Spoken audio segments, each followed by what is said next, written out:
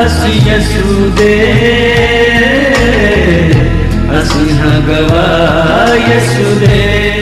सभी को जय मसीह की। स्वागत है आपका प्रोग्राम गवाह यीशु में। जैसा कि प्रभु के वचन में लिखा है कि तूने मुझे नहीं चुना, मैंने तुझे चुना और ठहराया है कि तू फल लेकर आए। तो जैसा कि हम बाइबल में देखते हैं कि परमेश्वर पापियों के लिए आया और वो पाप से नफरत करता है, पापी से नहीं।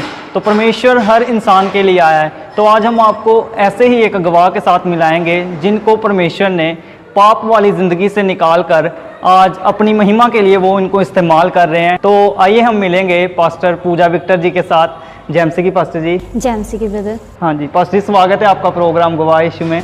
Thank you so much. मैं आप सबका और पूरी गवाह यीशु मसीह की इस टीम का धन्यवाद करती हूँ कि आपने अपना कीमती समय निकाला हमारे लिए। तो पास्टर जी, हम जानना चाहते हैं कि मसीह में आने से पहले आपकी जो लाइफ थी वो कैसी थी? जी, मैं बताना चाहती हूँ कि मैं बॉर्न क्रिश्चियन हूँ।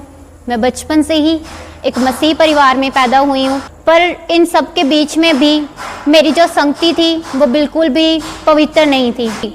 मैं एक पापी थी, मैं गलत संगति में थी। मेरा जो आसपास का माहौल था वो सारा का बहुत गंदा था, बहुत ही अंधकार के मेरे फ्रेंड सर्कल थे और मैं उनके बीच में रहती थी और वो चीज़ें मुझ पे भी अटैक करती थी।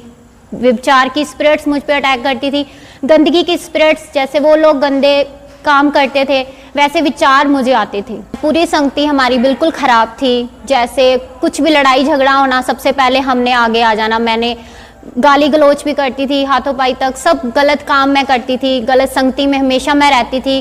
घर के किसी की मैं बात नहीं मानती थी। स्टडी में भी मैं अपनी स्टडी पे भी फोकस नहीं कर पाती थी। मेरे जो स्कूल के फ्रेंड्स थे वो सबके अलग गंदी संगति में थे। उनके सबके रिलेशनशिप्स थे, एक एक दो दो लड़कों के साथ उनके रिलेशनशिप होते थे। तो बीच में मेरी किसी के साथ ऐसा कुछ रिलेशन नहीं था, पर मुझे उनके बीच में अपने आप को ना मैं लो फील करती थी। मुझे लगता था कि मैं ही क्यों नहीं ऐसे हूँ, मतलब देखने में तो मैं भी इनके जैसी हूँ, मतलब सुंदर हूँ, मैं भी अच्छी हूँ। तो मैंने अपना ड्रेसिंग सेंस ऐसा कर लिया कि जब मैं कपड़े डालती थी तो मुझे लोग देखकर पूछते थे, जज करते थे, कमेंट करते थे कि हाँ आज तुम बहुत अच्छी लग रही हो। लड़के भी मुझे कमेंट करते थे कि आप अच्छी लग रही हो। तो मुझे वो सुन के बड़ा अच्छा लगता था कि हाँ मतलब मैं अच्छी लग रही हूँ। बल्कि ये बाइबल के अकॉर्डिंग बिल्कुल गलत है। उसके वचन में लिखा तुम किसी की ठोकर का कारण मत बनो। तो मैं रास्ते पे चल रही हूँ ऐसे कपड़े पहन के कि मुझे देख के 10 लोगों में से 4 लोगों ने पाप कर लिया। मैं उनकी ठोकर का कारण बन चुकी थी। मुझे नहीं पता था कि ये गलत है। वचन को जानते हुए भी वचन को समझती नहीं थी। वो लगता था वो एक बुक है जिसको हम पढ़ते हैं और वो बुक बंद कर देते हैं। ये वचन हमारी ज़िंदगी में कोई कार्य नहीं करता है। ये प्रैक्टिकली नहीं है हमारी लाइफ के लिए। ये सिर्फ हमारा रूल है जो हम पढ़ते हैं और करते हैं संडे की संडे, बस। इसके अलावा कुछ नहीं।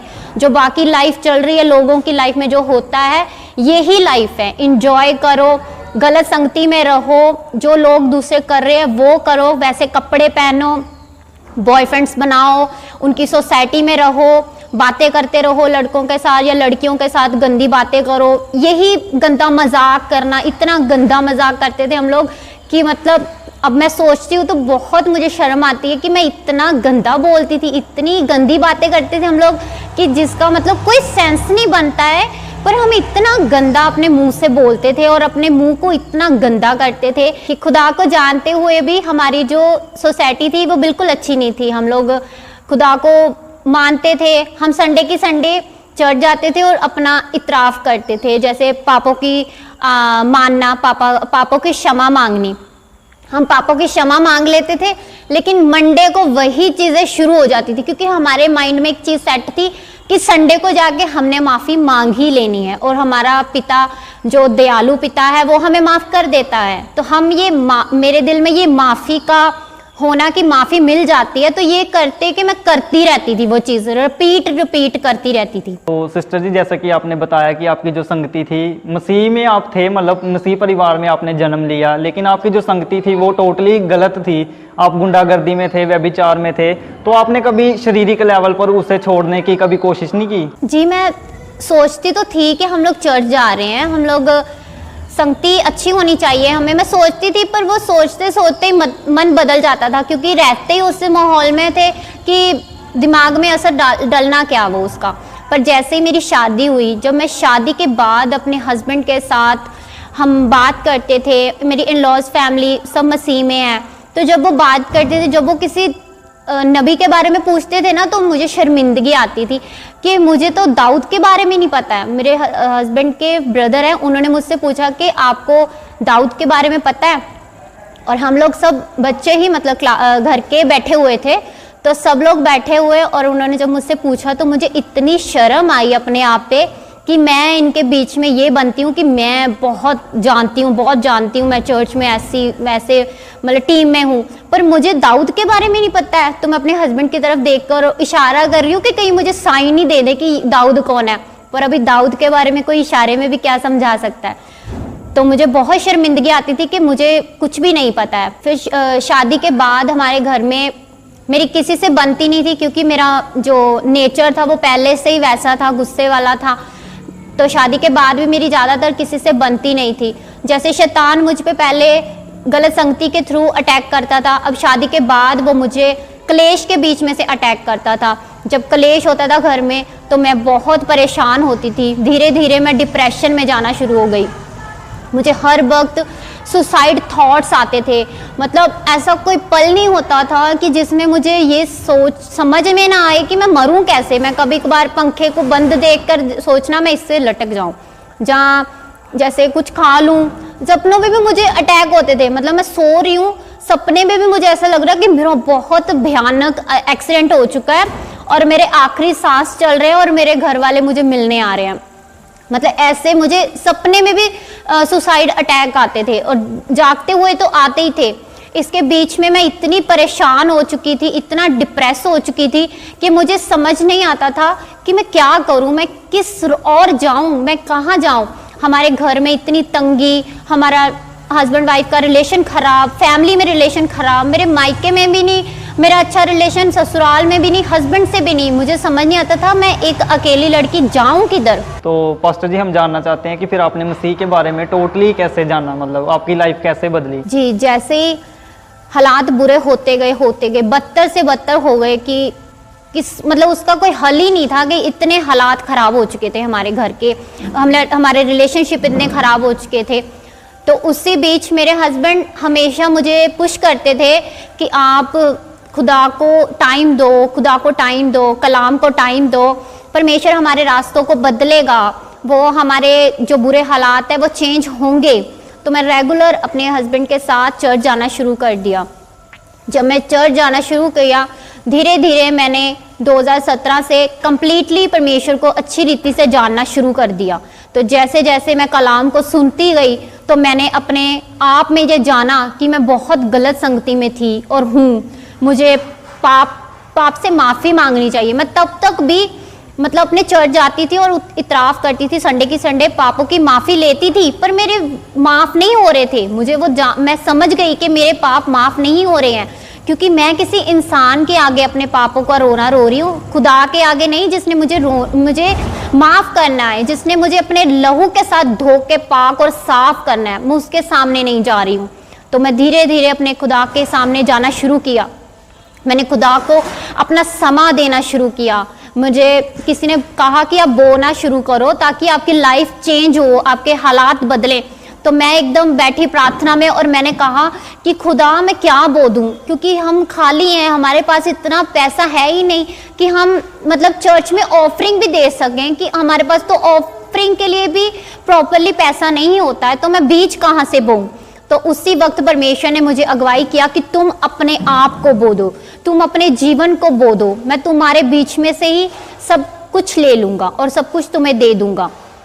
उसी बीच जैसे जैसे मैं खुदा में बढ़ रही थी, मुझ पे अटैक बढ़ रहे थे, मेरे हालात सही होने की बजाय खराब हो रहे थे। और एक दिन ऐसा हुआ कि मैंने सुसाइड अटेम्प्ट कर लिया, और मैंने सुसाइड इस लेवल तक अटेम्प्ट कर चुकी थी कि मुझे बचाने वाले लोग भी आ चुके थे, हमारे आसपास सब लोग इकट्ठा हो चुके थे, पर मैंने अपने दुपट्टे के साथ अपने गले को इतनी जोर से कस के खुद ही कस लिया, अपने गले को दबा दिया कि मेरी जो सांस थी वो लिटरली बंद हो गई। मेरे आंखों के सामने अंधेरा आ गया। इतनी बुरी तरीके से मैंने अपने आप को मारने की कोशिश की, पर मैं फिर भी बच गई।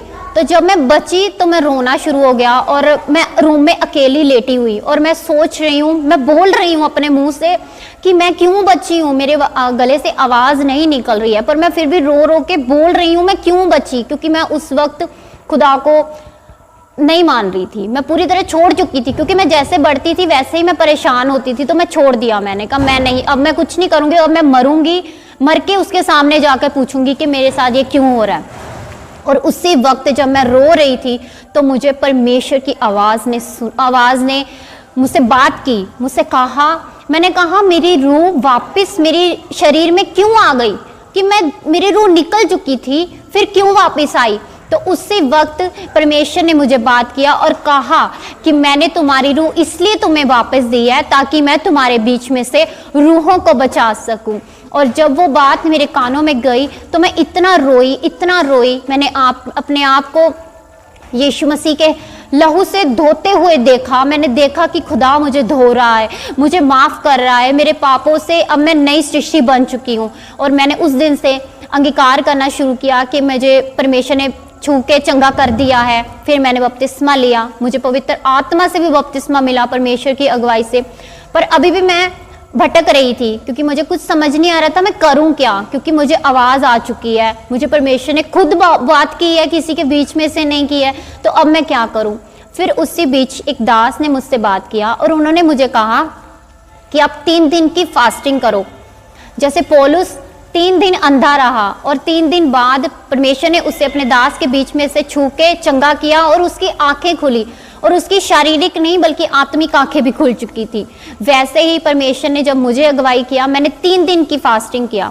जब मेरा सेकंड फास्ट था तो मुझे लग नहीं रहा था, अपने शरीर में फील नहीं हो रहा था, स्पिरिट में कुछ फील नहीं हो रहा। मैंने कहा कुछ नहीं हो रहा है। मैं सुबह उठी, मुझे शैतान ने कहा तूने रख तो लिया एक, कुछ हुआ तो है नहीं, तो आज भी रहने दे, छोड़।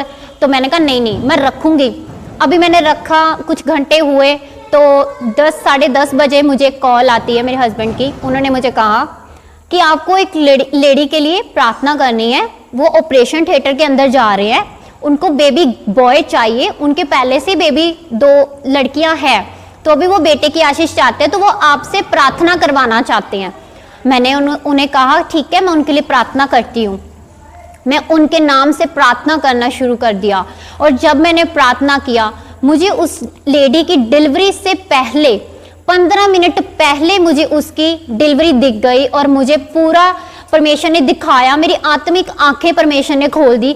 मुझे दिखा कि वो एक वहां पे ऑपरेशन हो रहा है। मैं जैसे जैसे बोल रही हूँ वैसे वैसे वहां पे हो रहा है। मैं बोल रही हूँ कि स्वर्गदूत ऑपरेशन करें, डॉक्टर्स नहीं, तो वो डॉक्टर्स स्वर्गदूत बन गए। मैंने पहली बार किसी स्वर्गदूतों को देखा। वो जितनी टीम होती है, 5-6 डॉक्टर्स की टीम होती है, वो 6 लोगों में से एक यीशु मसीह को मैंने देखा, और 5 मैंने वहां पे डॉक्टर्स के रूप में स्वर्गदूत देखे जो डिलीवरी कर रहे थे। और उसी वक्त वो बच्चा डिलीवर हुआ, तो जैसे वो डिलीवर हुआ वो बेबी बॉय था। तो मुझे परमेश्वर ने ये भी बोला कि अगर ये तुम प्रार्थना ना करती तो ये जेंडर चेंज नहीं होना था। डिलीवरी से सिर्फ और सिर्फ 15 मिनट पहले खुदा ने उसका जेंडर चेंज कर दिया। और जब वो टेस्टिमनी शाम को मेरे सामने आई तो उन्होंने मुझे बताया भी कि इसका इतने बजे ऑपरेशन हुआ था, इतने बजे बच्चा डिलीवर हुआ है। तो मैंने कहा ये सेम टाइमिंग मैंने देख चुकी थी अपनी प्रार्थना में, और वो पहला दिन था, वो पहला समा था जब परमेश्वर ने मुझसे बात की और मेरी आत्मिक आंखों को खोला। अब उसी पवित्र आत्मा की सामर्थ से मैं हर एक चीज से आजाद हूँ। हर गुस्से की स्पिरिट, हर जो मुझे अटैक्स होते थे, वो सभी अटैक्स से अब मैं आजाद हूँ। अब मैं जैसे भी चलती हूँ, मेरा चलना फिरना बोलना करना सुनना आप परमेश्वर की महिमा के लिए ही है। अब मैं जो भी करती हूँ वो परमेश्वर की आत्मा की अगुवाई से करती हूँ, क्योंकि मेरी कोई खूबी कोई लियाकत नहीं थी कि मैं आज आपके सामने बैठ पाती, पर ये पवित्र आत्मा की सामर्थ्य ही है जो मुझे परमेश्वर आज यूज कर रहा है और आपके बीच में मुझे बिठाया है। तो सिस्टर जी, जो लोग अभी भी, जो यंग यूथ लड़के लड़कियां हमें देख रहे हैं, जो अभी भी व्यभिचार में हैं, जिनको अभी भी सुसाइडल थॉट आ रहे हैं, जो गलत संगति में हैं, आप उस गंदगी भरी लाइफ से बाहर आए हो, तो आप क्या मैसेज देना चाहोगे उनको? मैं उन सबको यही कहना चाहती हूँ कि अपने जवानी के समय को संभालो। अब बहुत जल्द परमेश्वर का आगमन होने वाला है। हमें अपनी जवानी का समा जो पाप में हम बिताते हैं, हमें पाप से कोई शांति नहीं मिलती है। हम 2 मिनट के आनंद के लिए अपनी पूरी बॉडी, अपनी पूरी लाइफ को गंदी करते हैं। हम पाप में जाते हैं, श्रापों में जाते हैं। हमें सबसे पहले परमेश्वर की हुजूरी में जाना चाहिए। जितने भी ये टेस्टमनी मेरी देख रहे हैं, जो बच्चे हैं जो मसीह में हैं, उन बच्चों को मैं यही मैसेज देना चाहती हूँ कि अपनी संगति को जांचो, अपने आप को जांचो, अपने शरीर को जांचो, उस चीज़ों को दूर करो जो आपको परमेश्वर से दूर करती है। अपनी संगति को छोड़ो, अपनी संगति परमेश्वर से करो। परमेश्वर ही है, यीशु मसीह ही है जो आपसे प्रेम करता है। वो उसका प्रेम इतना था कि उसने अपने आप को हमारे लिए कुर्बान किया, ताकि हम कोई भी अंधकार में छिपे ना रहे। उसने हमें उजाला बनाया है, हम ज्योति हैं। तो आप सब लोग रोशन रहें, चमकते रहें और अपनी ज्योति से दूसरों की लाइफ को भी चेंज करते जाएं और परमेश्वर के खुद भी नजदीक जाएं और औरों को भी परमेश्वर के नजदीक लेकर आएं। तो पास्टर जी, हम आपका बहुत बहुत धन्यवाद करते हैं। पूरी गवाह यीशु की टीम आपका धन्यवाद करती है कि आपने अपना कीमती समय निकाला और अपनी गवाही को हमारे साथ शेयर किया। हम आपका धन्यवाद करते हैं। जय मसीह की पास। जय मसीह की। तो जैसा कि अभी आपने एक बहुत ही अद्भुत गवाही को सुना, तो मेरा विश्वास है इस अद्भुत गवाही को सुनने के बाद आपकी जो लाइफ है वो सेम नहीं रहेगी। परमेश्वर ने आपसे बात की है। मैटर ये नहीं करता कि आपने मसीह घराने में जन्म लिया है, मैटर ये करता है कि आप परमेश्वर के हुक्मों को कैसे फॉलो करते हैं। तो ये सिस्टर भी जैसे पहले हुक्मों को फॉलो नहीं करती थी, लेकिन जैसे ही परमेश्वर के नज़दीक इन्होंने जाना स्टार्ट किया तो इनकी लाइफ में परिवर्तन आ गया और आज ये परमेश्वर की महिमा के लिए यूज़ हो रही है, अपने आप को, अपने टाइम को यूज़ कर रही है परमेश्वर के कामों को करने के लिए। तो मेरा विश्वास है इस गवाही के द्वारा परमेश्वर आपको बरकत देगा। सबको जय मसीह की। अगर आप परमेश्वर के कामों को आगे बढ़ाने के लिए इस सेवकाई में अपना योगदान देना चाहते हैं तो आप इस QR कोड को स्कैन करके गूगल पे के द्वारा अपने दान भेज सकते हैं। अगर आप विदेश से अपने दान भेजकर परमेश्वर के कामों को बढ़ाना चाहते हैं तो आप इस बैंक डिटेल्स का इस्तेमाल करके अपने दान भेज सकते हैं। परमेश्वर आपको आशीष दे। तो मेरे प्रिय भाई बहनों, अभी आपने एक बहुत बड़ी अद्भुत गवाही को सुना। तो मेरा विश्वास है परमेश्वर इस गवाही के द्वारा आपके जीवनों में 100 गुना फलों को लेकर आएगा। आप इस टेस्टिमनी को अपने दोस्तों के साथ, फैमिली मेंबर्स के साथ शेयर ज़रूर करें ताकि वो भी जान सके कि परमेश्वर कैसे लोगों के जीवन में काम कर रहा है। मेरा विश्वास है परमेश्वर इस गवाही को सुनने के बाद आपके जीवनों को सेम नहीं रहने देगा। आप हमारे चैनल गवाह यीशु दे को सब्सक्राइब कर लें ताकि आने वाले दिनों में आप परमेश्वर के और गवाहों के साथ मिल सके। अगर आप भी अपनी टेस्टिमनी हमारे साथ शेयर करना चाहते हैं तो नीचे आपको एक ईमेल आईडी दिखाई दे रही होगी, आप उस ईमेल पर अपनी डिटेल शेयर कर दें, हम आपके साथ कांटेक्ट ज़रूर करेंगे। मेरा विश्वास है परमेश्वर आपके जीवनों को सेम नहीं रहने देगा। God bless you all. सभी को जय मसीह।